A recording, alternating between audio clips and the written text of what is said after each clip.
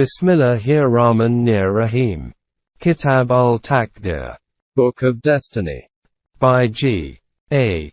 Parwez, translated by Khalid M. Sayyed. Opening parenthesis. Chapter 6. Fate of Nations. Nature's law of returns applies to nations, as well as to individuals. It decides their rise and fall, life and death. Because, as seen in Chapter 5, an individual's fate is connected with that of a nation, the law of returns pertaining to nations extends to individuals, too. Please recall Allah's law regarding change in a nation's circumstances. Allah doesn't bring about a change in a nation's circumstances unless it changes what is in their hearts. Psychology. 13:11-8. 253. This amra is referred to in 8:42, so that Allah's amra is enforced, so that destruction and life come to nations, according to clear laws and reasons.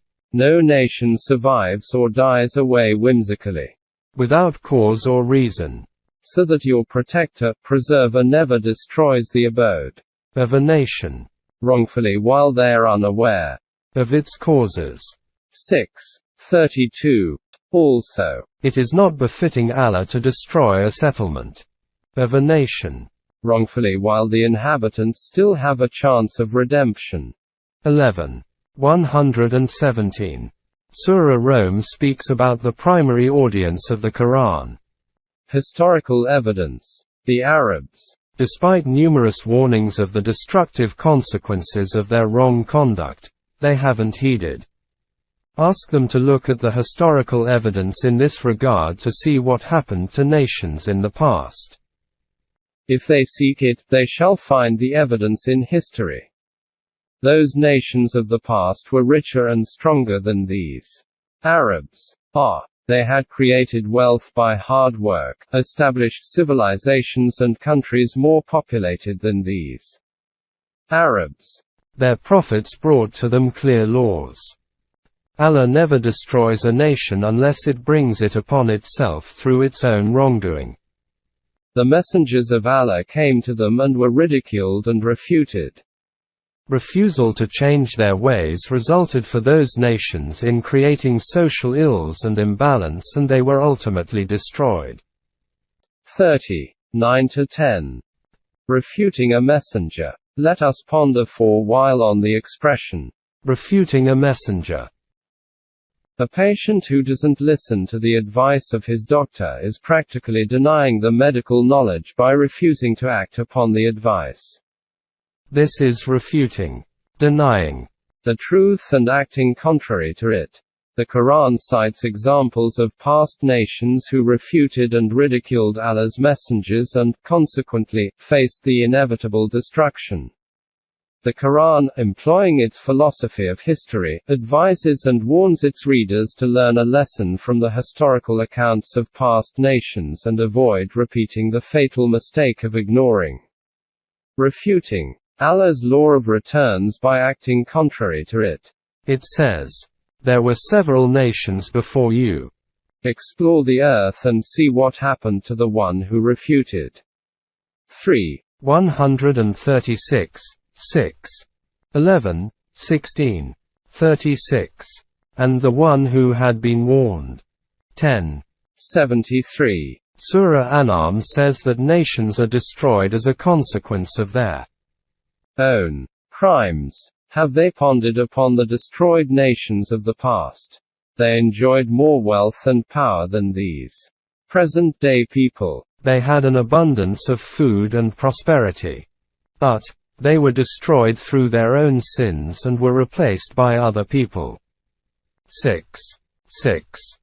Unfairness breeds destruction. The sins, crimes, defiance of natural law of returns, which bring about the downfall of a people are numerous, the topmost being zulm, injustice, or better still, unfairness. Saying clearly, the people who are unfair have their roots cut. 6:45. Having mentioned the destruction and fall of those nations, the Quran says, "These are the ruins of cities whose inhabitants were unfair." 18:59. Elsewhere, it says, "If they wish, history can speak to them about several civilizations who were caught up by our law of returns because those people were unfair. Their tall buildings fell, their wells became useless and their strong fortifications fell in ruins. Haven't these present-day people visited these areas yet so that, having seen those nations' sorry end, they start being rational and begin to heed? When someone chooses to turn a blind eye to the truth, his eyes still see but their inner eyes, hearts, go blind and thus their thinking faculties are blunted." 22:45–46. Narrating the eye-opening accounts of several past nations, the Quran repeats the truth. No settlement is destroyed unless its inhabitants are unfair. 28:59. Thus, the rise and fall of nations is dependent upon their own deeds. Their fate is not predetermined. They themselves decide their own destiny. Period of respite. It has been stated that, according to the law of returns, the time gap between an action and the manifestation of its result is a period of respite termed as ajal by the Quran. As the life of a nation spreads over centuries, as compared to days or years in case of an individual, their period of respite is longer, too. The tyrannical people, who exploit and suppress humanity, appear to go on prospering, is really passing through its ajal. The period of respite. Surah Naml says, "If Allah had not provided the period of respite and people were apprehended quickly after their unfairness, the earth would have lost its inhabitants." Allah delays the apprehension till a certain period of respite, ajal. When that period expires, the destruction occurs at the specific time, not a minute before or after.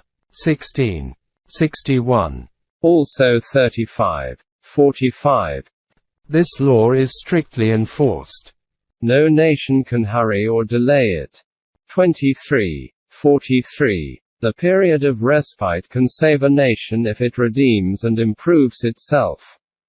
Otherwise, it is destroyed. Every ajal has a law. Even this period of respite is not predetermined. It is not predestined, for instance, for a nation to attain and retain power and glory, come what may, for 2 centuries. The period of glory is determined by a nation's own deeds and varies accordingly. The Quran says, in principle, the following. Every nation has an ajal, period of life. 10:40. And every ajal has a book, law. 13:38. A nation may determine its own period of respite, life, according to law. This law of respite is no mystery.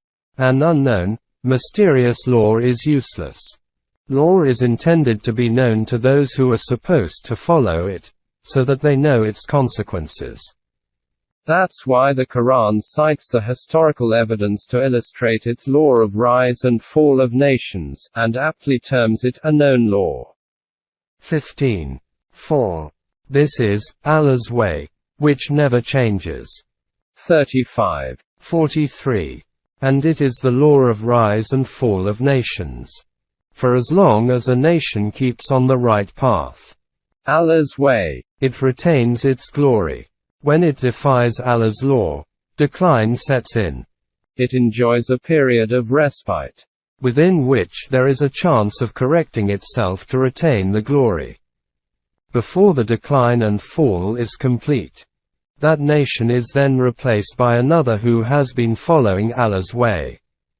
Early Muslims, who had, as a result of following Allah's way, achieved power and glory. 24:55. Were told, if you refrain from struggle for life and survival, You will face tragic misfortune, another nation will replace you, and you will be helpless. These are Allah's measures. 9. 39. 11. 57. Surah Muhammad says, There are those among you who, when told to share their wealth with the needy, act miserly. They should know that miserliness turns against the miser. Allah doesn't need you. You need Him for your survival. If you digress from the right path, Allah will substitute you with another nation who will be better than and not be like you. 47. 38. It is because the law of rise and fall, life and death, of nations is, whichever nation follows the right path of life, survives. Others go in decline and are replaced by better nations, who follow Allah's way. The rise and fall of nations is determined by their own deeds. That, then, is the fate of nations. Allah's law. The book. We have seen that every event, tragic or pleasant, in life, social or individual, occurs according to nature's established law. Man is capable of discovering that law and exercising his free will to follow or defy it. Nonetheless, some verses in the Quran may appear confusing to the superficial reader. Let us look at those carefully to ascertain their true meaning. For example, Surah Hadid says, according to conventional interpretation, no calamity comes to your society or self which had not been written in a book before we created this universe. 57. 22. Again, Surah Tawbah says, say we won't get but whatever Allah has written for us. 9. 51. Verses such as these are said to refer to predetermination, destiny or fate, and have contributed a great deal to establish the common belief in an eternal, unchangeable and unavoidable destiny for individuals as well as groups. This is the source of reference to Allah as the writer of destiny. Let us look at these verses in a Quranic perspective. The book, to Arabs was, and still is, binding loose leaves. But the derivative root of kitab is ktb, which is pregnant with the sense of a legal obligation e.g. I. Surah Nisa uses the word kitab for prohibition of marriage to certain relatives. 4. 24. Maulana Mahmud al-Hassan has translated the verse as you have been ordered by Allah, meaning thereby that he translates kitab as order. We have said earlier in the book that the Quran has used the word hukam in general for kanun, law. Hukam means a decision. A decision or an order which attains permanence is law, e.g. a governmental decision for all traffic to drive on the left. Similarly, nature's decision that fire radiates heat is law because it is permanent and hence is Allah's law. Surah Baqarah uses the word kitab in 235.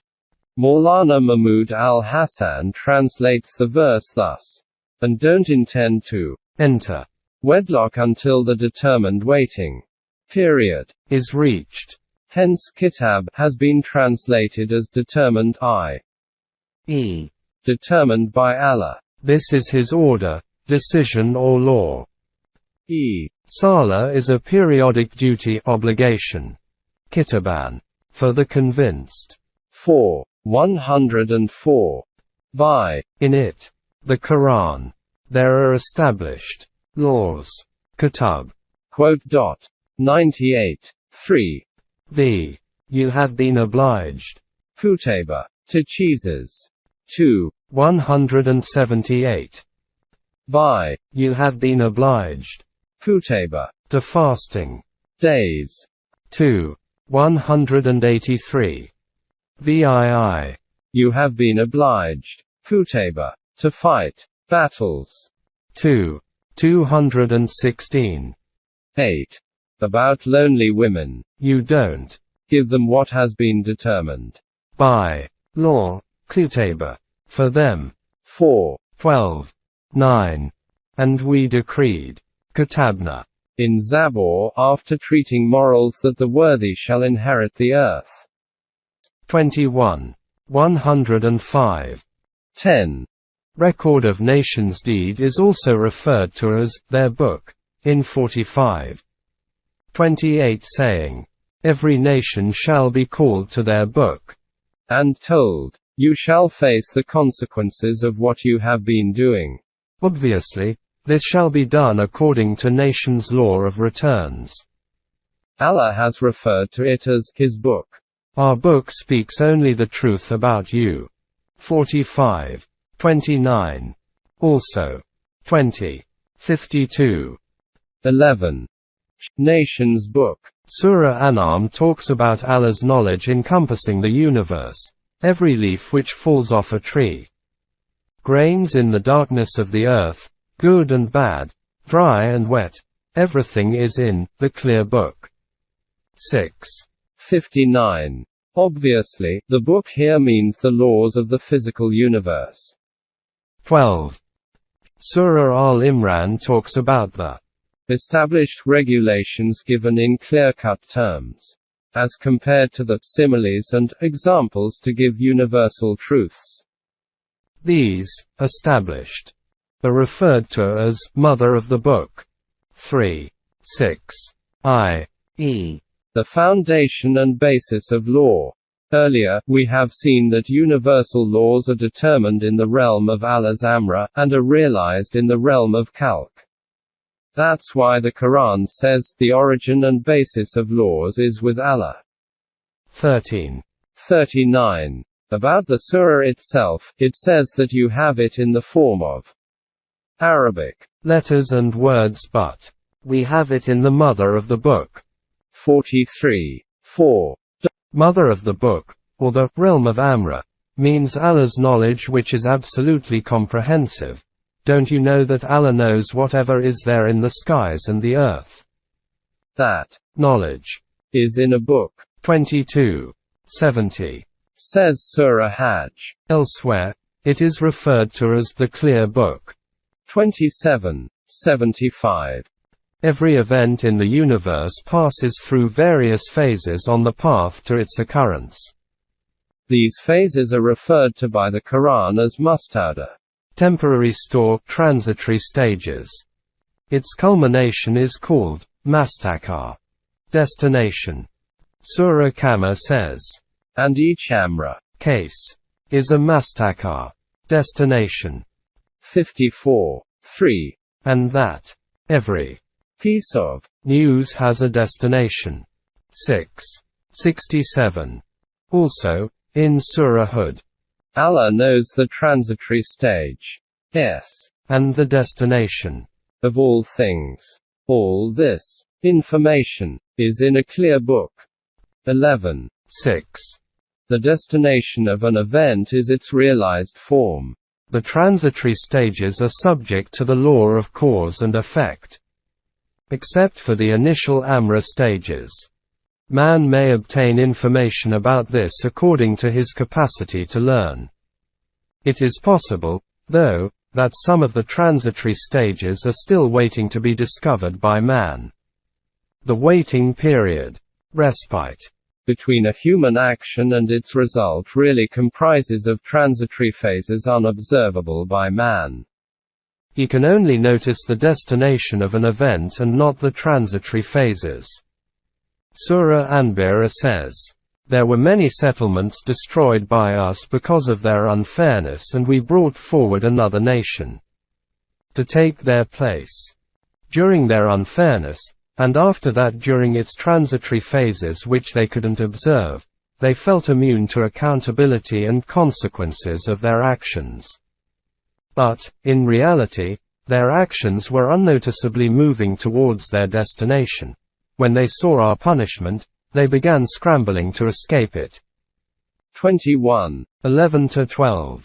But our law of returns beckoned them to stop, and said, you can't escape now. Come back to your pleasure houses where you enjoyed, as parasites, wealth earned by others, so that you can be asked what right you had to consume wealth not earned by you. They will raise a hue and cry, but it will be to no avail. They will be reduced to a cropless field or an extinguished flame. 21. 13–15.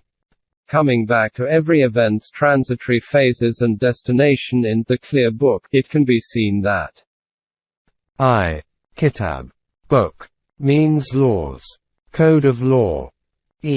All laws are determined and established in the realm of Amra, referred to as Book of Allah. Allah's knowledge, and in the realm of Khalq, these laws are noticeable as laws of nature and are depicted in the Quran. They are again referred to Book of Allah, but here, as opposed to above. Man can obtain this knowledge, because they are in clear book, or the known book.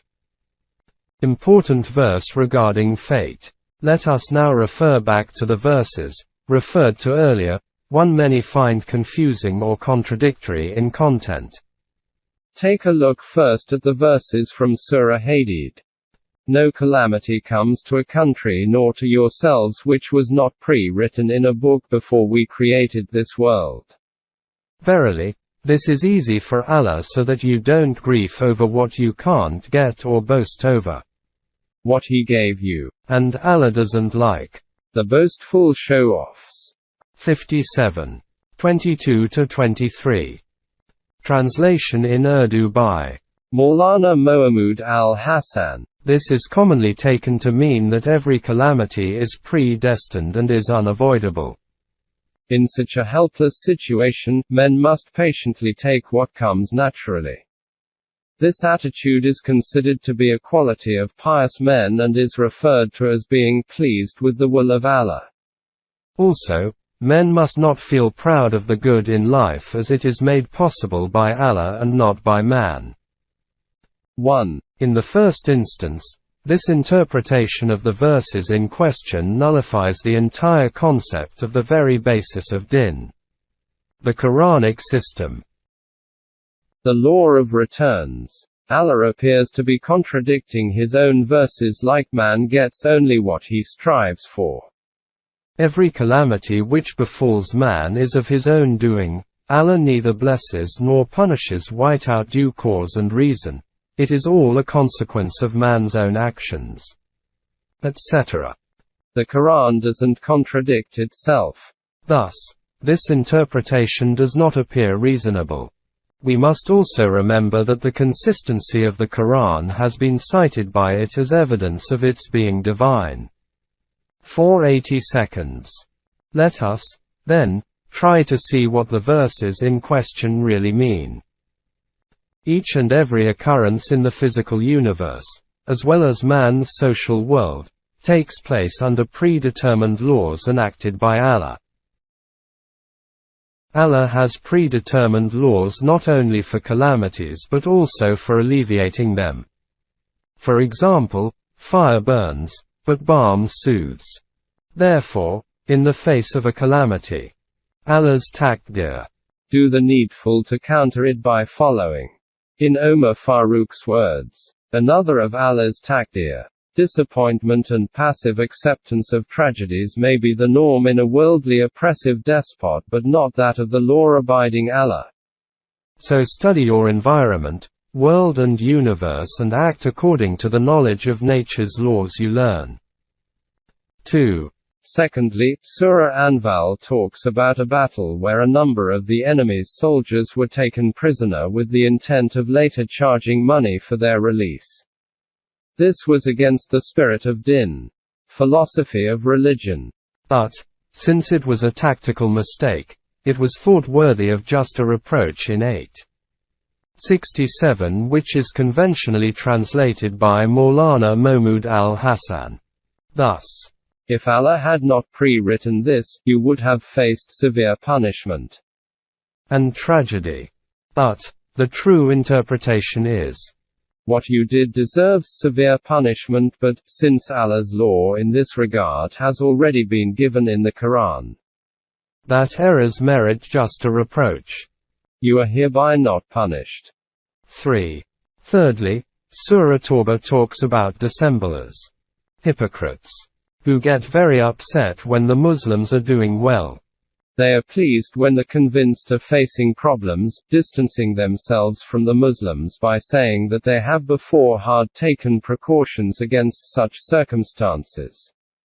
The Quran goes on to say in 9:51, as conventionally translated in Urdu by Maulan Masul al-Hassan, say to them, we shall not get but whatever Allah has already written down for us.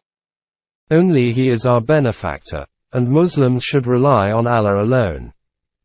The true meaning of it, however, is, tell them that whatever happens to us is not according to your misconceptions or ill will. Under the law of returns, therefore, whatever occurs is inevitable according to that law and is unavoidable. We, the Muslims, are convinced fully of its validity and permanence. We are, therefore, not upset over whatever you might say. The words whatever Allah has written for us do not mean our predetermined fate but whatever law has already been established. For example, see 2:187, where it says, strive to get whatever Allah has written for you. Obviously, written in this verse does not mean predetermined fate because that is inevitable and, as such, does not require any effort to get. Similarly, in 58:21, it says, Allah has written that He and His prophets will come out victorious. The Quran is full of the monumental struggle which prophets had to do to succeed in their missions. Surah Araf cites Moses' people requesting Allah to write for us good things in this life as well as in the hereafter. Allah's response was, these good things are written for those who are muttaqin, follow Allah's laws. By Allah's permission order. The Quran nowhere mentions the commonly held belief that not even a leaf on a tree stirs without Allah's permission. We have already talked about the apparent contradiction in the Quran regarding calamities befalling man. 66:11 and 42:30. Verse 42:30 is very clear in its meaning, which is the only one it can have. Therefore, verse 64:11 must use bi-izna Allah, by Allah's permission, in a different sense. Let us examine it. Meaning of izn. The Arabic word izn basically means an announcement. The Muslim call for obligatory prayer is azan. It is also used to mean permission as well as knowledge. Izn. Allah also means Allah's knowledge. We have already seen that when Allah's knowledge and intention, amra, enters the realm of khalq, it becomes law. We have also established that a permanent order, decision, is law. The same principle applies to permission, i.e., a permanent permission is called law, as we understand it. This is the very sense of the term izn Allah used by Quran, e.g. Surah Hajj. People who have been oppressed. Muslims who had migrated away from the Meccan oppression and were still hounded by enemies of Islam, and were under the threat of hostile armed attack. Are given permission to do battle. 22:39. Obviously, this permission to take up arms is not confined to the time and people. Given the necessary conditions, battle will always be permissible. Such a situation will not need a special permission every time it occurs. That is why when Muslim fought the Jew in the Battle of Khaybar and uprooted some date trees for tactical reason, the Quran said they did it with Allah's permission. 59:5 Agriculture has known, clear physical laws. The Quran says, fertile land yields good crop by the permission of its persevere. Allah 7:58 The rain cycle. Obviously, certain physical laws govern the cycle of rain. Artificial rain is now a reality. The Quran says, "Don't they ponder upon the fact that all things on earth are controllable by man, and that vessels sail on sea according to set laws, and he holds clouds in the sky so that they rain down on earth only by his permission." 22:65. IV. The Muslim fighters of holy wars had dedicated their lives to the cause of Allah. Their steadfastness to uphold their high principles and ideals provided them an edge over their enemies, which was said in the Quran to make them 10 times stronger than non-Muslims. And even if they are short of equipment and supplies, they will still overpower 10 times their own number by Allah's permission. 8:66. Clearly, Izzon, Allah here means the qualities necessary for success in war. This will always hold good. Hence, it is law.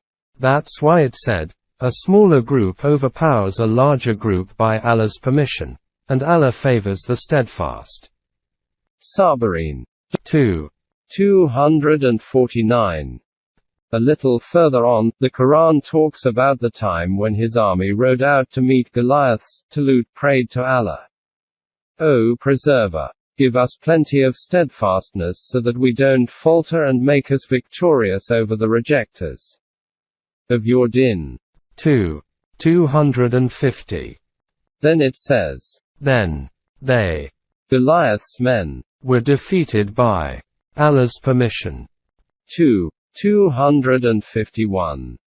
V. About acceptance or rejection of Allah's message, the Quran says, "There is no compulsion in din." 256. And also, "The truth from your persevere is here. So, accept it if you want, or reject it if you so wish." 18:29. Acceptance, rejection of Allah's message. An affectionate friend of humanity, the Prophet Muhammad desired people to see the truth. At times, he felt it so strongly that Allah advised him not to damage his health. Surah Yunus talks about this situation when Allah said to the Prophet that it was easy for Allah to make man follow the right path, as the rest of creation does. But man has been given the gift of free choice. Nonetheless, you, the Prophet, want to force people onto the right path. 10:99. Remember, no one accepts the right path without Allah's Izzon. Clearly, Izzon in this verse cannot refer to order or permission, because this will contravene not only 10:94. It deprives man of free will, but also the very basis of the Quranic philosophy. Therefore, in the verse in question, Izzon means Allah's law, no compulsion in acceptance or rejection of the message. Exactly how man employs the faculty of choice is made clear further in the verse. Confused are those who do not employ reason and rationality. 10:100. Vi. Surah Mojadala talks about Islam's enemies who are instigated by the devil, Shaitan, to plot conspiracies against the Muslims to demoralize them. But they should know that he, Shaitan, cannot harm them even a little bit without Allah's Izzon. 58:10. Very obviously, Izzon here just cannot mean Allah's permission or order. That will be ridiculous. Shaitan is the embodiment of defiance.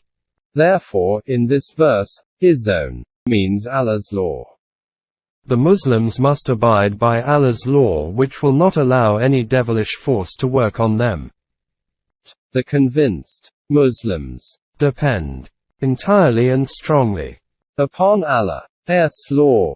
58:10. Let us now examine the verses which talk about no calamity befalling without Allah's Izzon. No calamity befalls man without Allah's Izzon. In the Battle of Uhud, the Muslims were on the verge of victory when a contingent of archers, going against their commander's instructions, shifted from their position. This tactical mistake cost them dearly and they suffered heavy losses. Surah Al-Imran narrates this episode. You were killing the enemy according to Allah's law, were about to be victorious, and he was about to fulfill his promise to you. But you faltered. You began to argue among yourselves over the situation and you disobeyed your commander, and failed to wrest victory which was only moments away. Do you realize why it happened so? Some of you were taken over by short-term benefits while others preferred long-term advantages. Your attention was diverted away from the enemy. You were defeated. And it was made clear to you. You realized your blunder, returned to your position, fought and achieved victory, and thus the ill effects of your mistake were erased. Allah's law is that a mistake doesn't banish one permanently from success. Whenever one realizes one's mistake and returns to the right path, one benefits from Allah's bounty anew. 151. Afterwards, when you pondered upon the setback with, how did it happen? Allah's reply to that was, tell them, O Prophet. That was from your own selves. 165. In the light of all this, then, let us look again at verse 64:11. From Surah Taghaban, no calamity befalls you but by Allah's own. This is followed by a few glittering words of wisdom. Guidance through law. Whosoever is convinced of Allah's law has his heart guided to the right path. 64:11. That very clearly means that if one discovers and abides by Allah's law, one is guided rightly and thus can also foresee certain possibilities turning into probabilities. Therefore, His own and Allah is meant to be Allah's law in the Quranic perspective. Note: I have dealt with His own and Allah in principle. Various applications of the term shall be dealt with as we come across them later in the book. Tolui Islam Trust, 25B, Gulberg 2, Lahore, Pakistan. Tolui Islam@gmail.com